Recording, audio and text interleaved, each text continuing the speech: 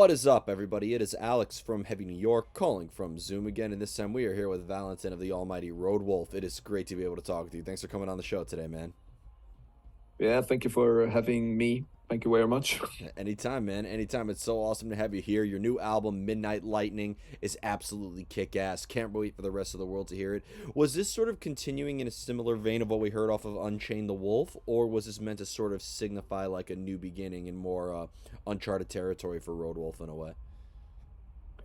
Um, yeah, Unchained Wolf was like had like almost a couple of years time to develop these songs, and then it had a huge impact in the metal scene, and then we had the chance to sign the Napalm Records contract, and so Midnight Lightning is was like, okay, this is the chance for us with a big label like Napalm Records, um, to make one step closer to our teenage dreams, like becoming professional musicians, whatever.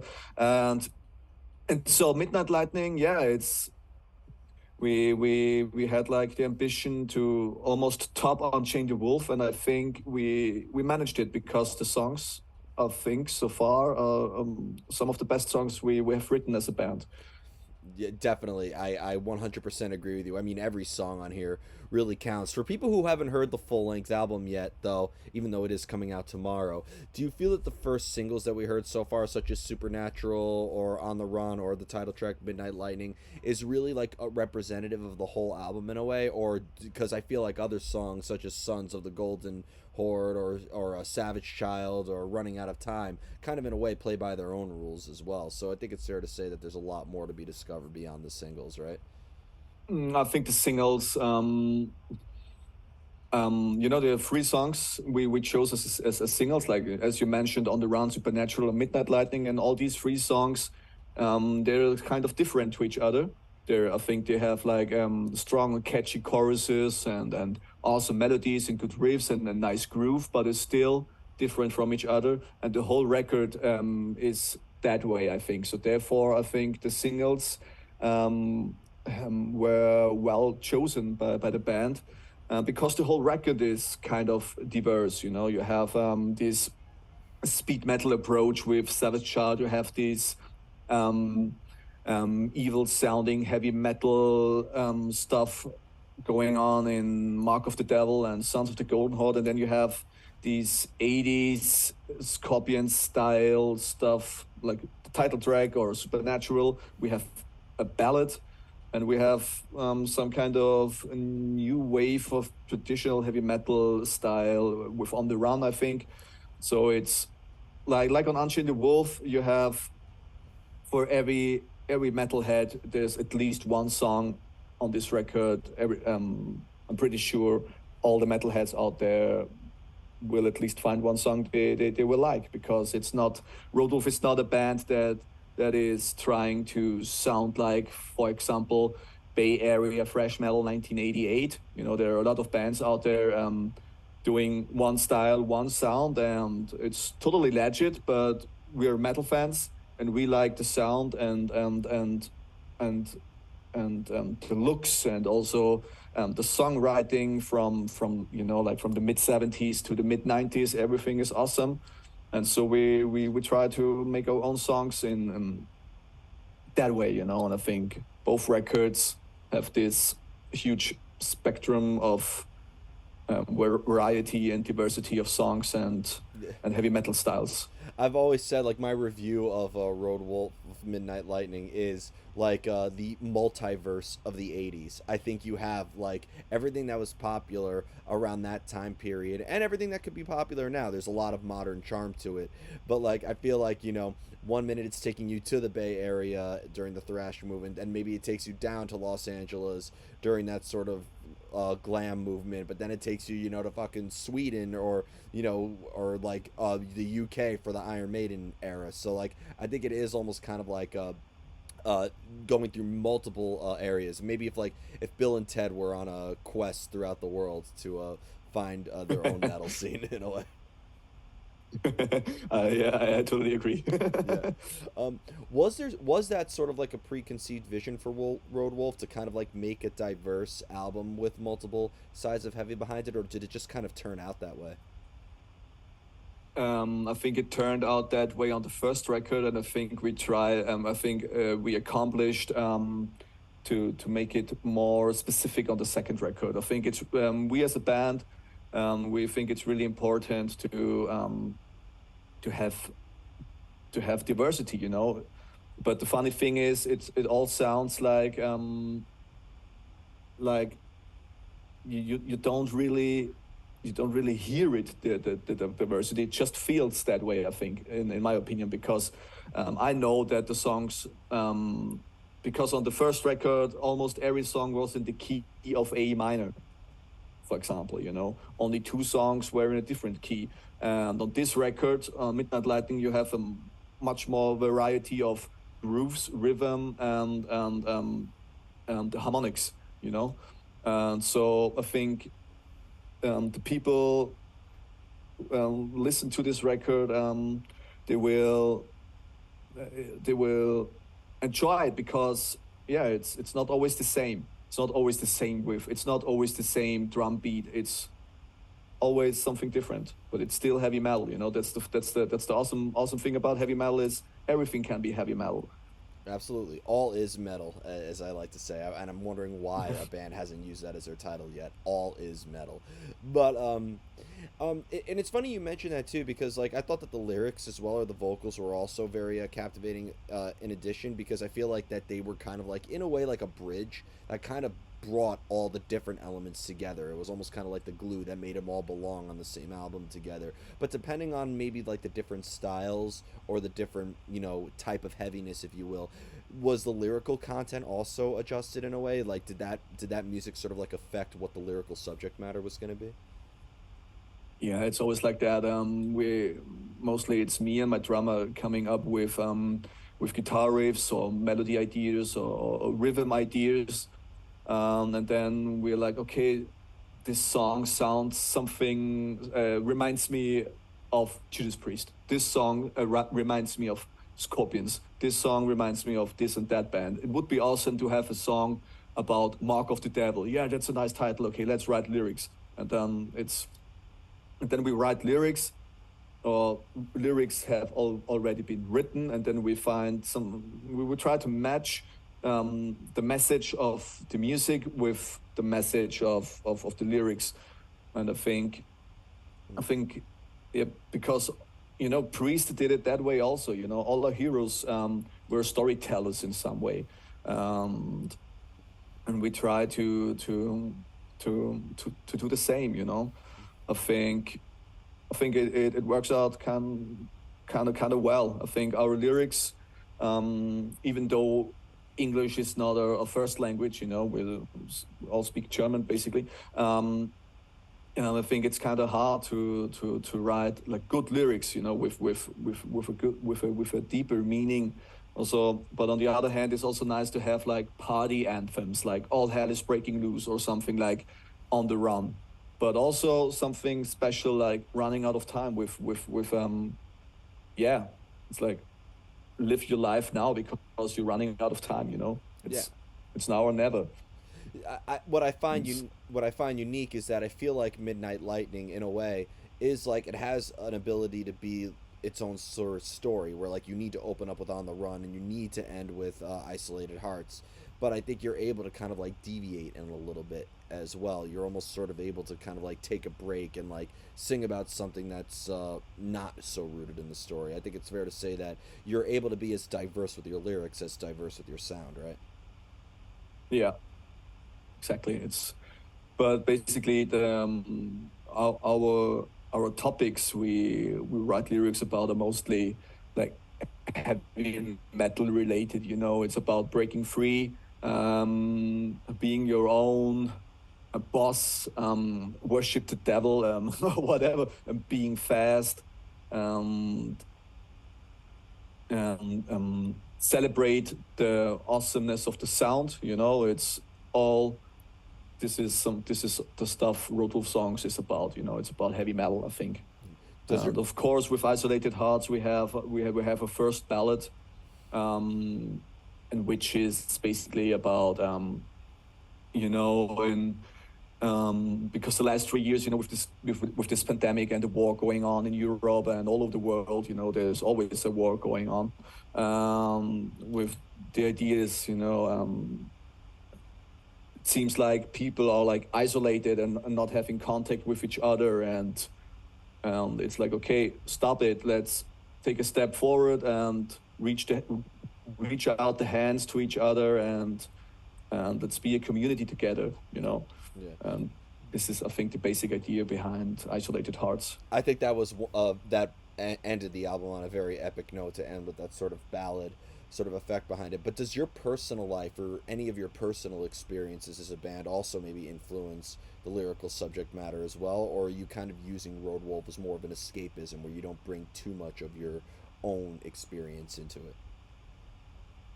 Mm, yeah, for example, On the Run is I wrote the lyrics almost 10 years ago after a ugly fight with my girlfriend, Mm. and having like issues at work with a boss who wanted me to cut my hair and stuff like that. And so I wrote the lyrics, and my fantasies were like, okay, nobody's telling me what to do. Not my girlfriend, not my boss. Of course, they told me what to do, but in my fantasy, I was writing on the lyrics. And so, as you mentioned, yeah, it's like almost an escape from real life, from reality, to cope with the struggles you have in everyday life. Some of the lyrics are like that. Yeah, Sons of the Golden Horde. I really love history. I really like these Iron Maiden history lessons. So I tried to write a song on my own, because one day when we played a show in Hungary, a girl came to me and she said, "Okay, your eyes, they look like slain eyes. So you look like, do you have Asian blood?" And I was like, "Of course, I'm a son of the Golden Horde." And she was like, "Really?" I said, "No, I'm just kidding." But so I made up a story in my head, because yeah, maybe all of Europe is somehow related to Genghis Khan, because you know what I mean. So I Oh, I know wrote the exactly what lyrics you to. mean. But And so is there like a lot of research maybe involved too? Like, are you looking at other forms of art or other mediums as a means of inspiration in a way? yeah, I have a book about medieval times, about these attacks from the Mongols horde back then, and the Golden Horde was, as far as I know, I'm not a history professor, but as far as I know, they were led by Batu Khan, and they came pretty close to our hometown of the band, Wiener Neustadt, and they almost conquered it, but their big leader died, so they had to um, draw back to their homelands to elect a new Khan, and therefore Austria was saved. But the only reason, and I think I think it's nice to write songs about it. I think it's also an evil desperate lyric, with really heavy guitars and fast rhythm, and it's really nice. I'm starting to wonder if like it's almost a requirement now in Napalm Records that every single band that writes about history, with the exception of Sabaton, has that writes about history is on Napalm Records. You guys, War Kings, Ad Infinitum, and the list Yeah. goes on. It almost seems like Napalm Records, their catalog is able to educate people on history just as much as a history textbook could. Yeah, it's funny because I didn't know there's a band. I don't know. I think, is it Sabaton Yeah. or some power metal band? They also have a song called the Golden Horde or something like that. I didn't know about that, so I thought I was the only one with this brilliant idea. But yeah, somebody else had the idea before me. Yeah. Yeah, all these power metal bands, they seem to be really into this historical, especially warfare stuff, because it's all about glory, this Manowar stuff, into Glory Ride and Battle Beast and whatever. I think I'm not a fan of this.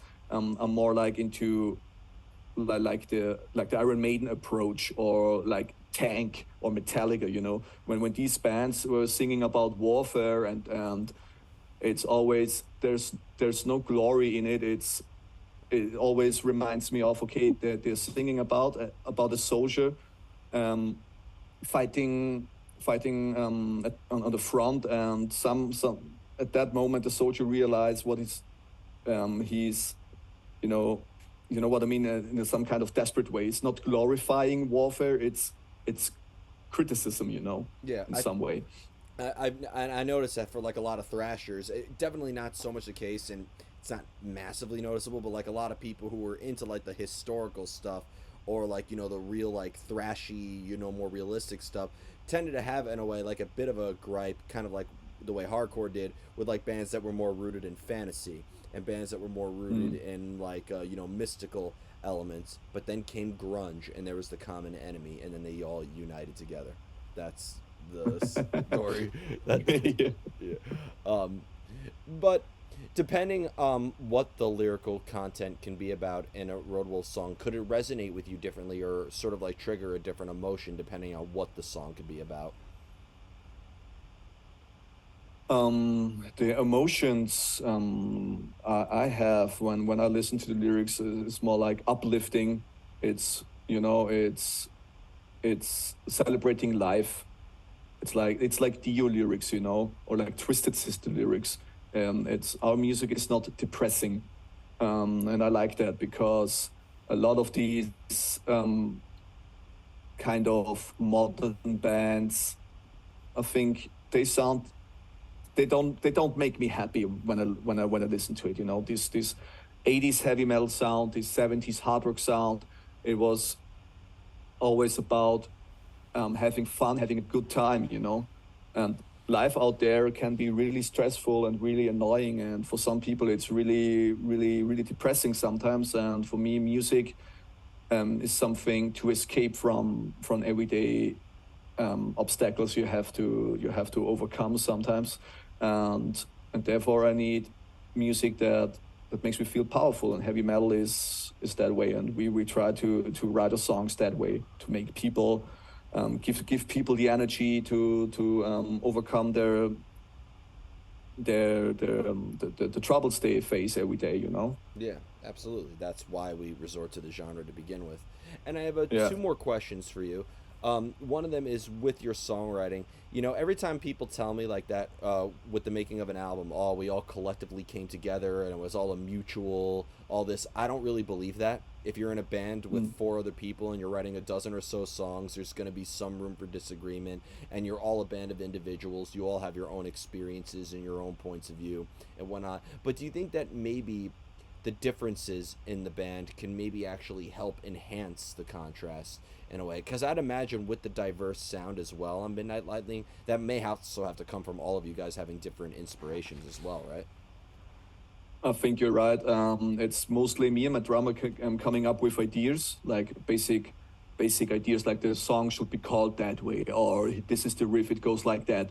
But it's always like the spark of an idea, and then we jam along, and then we shape the songs together mostly. And sometimes, for example, when I write a song, and then my drummer is like, hey, can we do the chorus like two times? And like, no, I wrote it that way. Can we please? There's no, at least try. We always say, okay, we try the idea of somebody else, and then we listen. And not only listen, we record it. We try, we record, and then we listen, and then we judge. Do you like it? Yeah, it's actually a good idea. Okay, then we do it that way. You know, Yeah. um, this is the way how we write the music. We always try to stay open-minded, even though the song was made up by, I don't know, by myself or by my drummer. Always stay open-minded for somebody else's idea. It's Absolutely. it's like one of the basic rules, and because you can always give a chance. It's still fun. At least you can learn something, even though maybe the idea is good, but we don't use it. We can use the idea for a different song. Yeah, Why not? definitely. Always keep you and never throw away an idea. You'd never know when it could be used for the future. Exactly. Yep. And the final question I wanted to ask you is actually talking about maybe like the metal scene in Austria in a way, because I've interviewed Harakiri for the Sky, I've interviewed the Hell Freaks, fantastic bands coming out of Austria. I'm just wondering, and also most importantly, your label is based out of there too. Shout out to Napalm as well. So I'm just wondering what the sort of scene in Austria is sort of like, especially for Roadwolf. Is there like an underground that you all are sort of cutting your teeth in, or being that you are pretty close to Germany and Czech Republic and Switzerland in a way that you're able to kind of like go outside a little bit more, and like the goal is to more get out of your own land a little bit more. Um, there's definitely a music scene in Austria. Um, the scene where Roadwolf sees themselves kind of located. We're more like old school heavy metal scene or new wave of traditional heavy metal scene. This scene is kind of small, I would say, in Austria. It got bigger the last 10 years, but all um, the scene in Germany or Czech Republic or Italy, as actually everywhere else in Europe except in Austria, is much bigger. I think it's because Austria don't had like a huge impact in rock history. Germany had Accept, they had Scorpions, they had Halloween, they had Creator, they had Sodom, hundreds, thousands of bands. Switzerland, they had Crocus and Gotthard and Shaker.